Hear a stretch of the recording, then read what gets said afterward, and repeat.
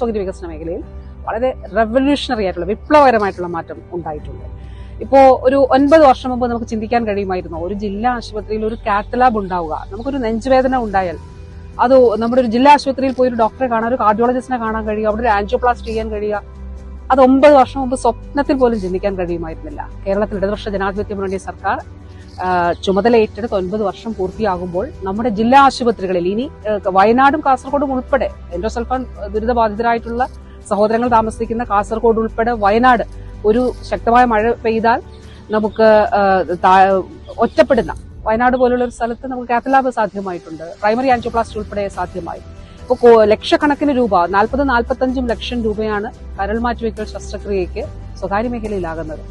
അപ്പോൾ ബഹുമാനപ്പെട്ട CM ചോദിച്ചു എന്തുകൊണ്ട് നമുക്കിത് സർക്കാർ തലത്തിൽ ചെയ്തുകൂടാ? അപ്പൊ നിൽപ്പിൽ 45 ലക്ഷം രൂപ അല്ല 50 ലക്ഷം രൂപ എടുക്കാനുള്ള ഒരു സാധാരണക്കാരനെ സംബന്ധിച്ചിടത്തോളം നമുക്ക് ചിന്തിക്കാൻ കഴിയില്ല. നമ്മളൊരു ജീവിതകാലം മുഴുവൻ അധ്വാനിക്കുന്നത്, നമ്മുടെ കിടപ്പാടം ഉൾപ്പെടെ വിറ്റ് പോയാലും നമുക്ക് കിട്ടില്ല.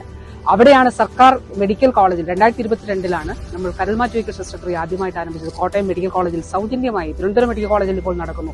കോഴിക്കോട് സ്റ്റേറ്റ് ഇൻസ്റ്റിറ്റ്യൂട്ട് തുടങ്ങാൻ പോവുകയാണ് ട്രാൻസ്പ്ലാന്റേഷന് വേണ്ടി.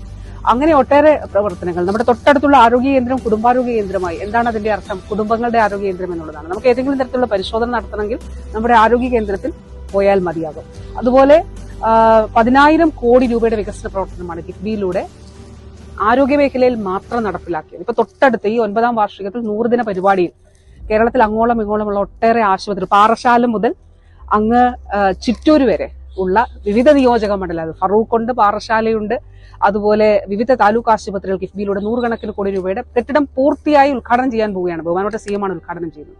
കൊച്ചിൻ ക്യാൻസർ സെന്റർ, അത് 140-ലധികം കോടി രൂപ സിവിൽ വർക്കിന് മാത്രം, പിന്നെയും ഒരു 100 കോടി രൂപ, അങ്ങനെ ഏതാണ്ട് 250 കോടിയിലധികം രൂപ ചെലവഴിച്ച് ഏറ്റവും മികച്ച cancer centre, robotic surgery Malabar cancer സെന്ററിലും RCCയിലും ഉൾപ്പെടെ സാധ്യമായി. അങ്ങനെ ഒട്ടേറെ കാര്യങ്ങൾ ആരോഗ്യ മേഖലയിൽ സാധ്യമാക്കുന്നതിന് ഈ കാലഘട്ടത്തിൽ നമുക്ക് കഴിഞ്ഞിട്ടുണ്ട്.